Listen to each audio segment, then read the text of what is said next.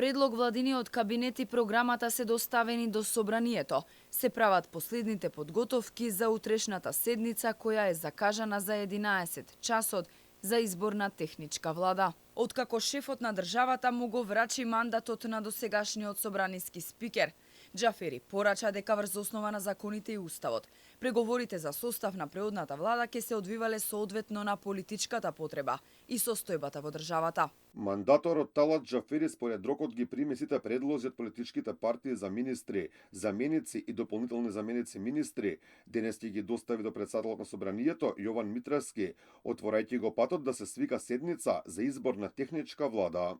За да се исполни желбата на ДУИ согласно коалицискиот договор со СДСМ и да има технички премиер во последните 100 дена до изборите, мораше да се бира и нов претседател на собранието. Вкупно гласа 104 пратеници, 64 пратеници гласа за, против 40, воздржани нема. Констатирам дека пратеникот Јован Митревски е избран за председател на Собранието на Република Северна Македонија. Утрешната седница може да трае најдоцна до полноќ, кога треба да се избере техничката влада.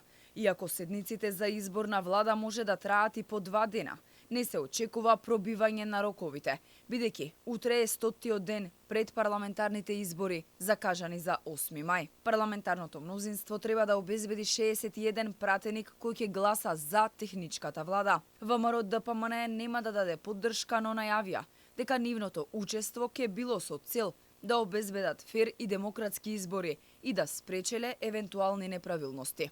Во состав на преодната влада прв вице-премиер ќе биде Бојан Маричич, кој исто така ќе ја извршува и неговата досегашна функција, додека пак Артан Груби ќе биде само министер за политички систем. Предлог министри од опозицијата се Панче Тошковски во МВР и Ѓоко Велковски во Министерството за труд и социјална политика, Елена Петрова, дополнителен заменик за финансии, за информатичко општество и администрација предложен е Стефан Андоновски, а во Министерството за земјоделство Цветан Трипуновски.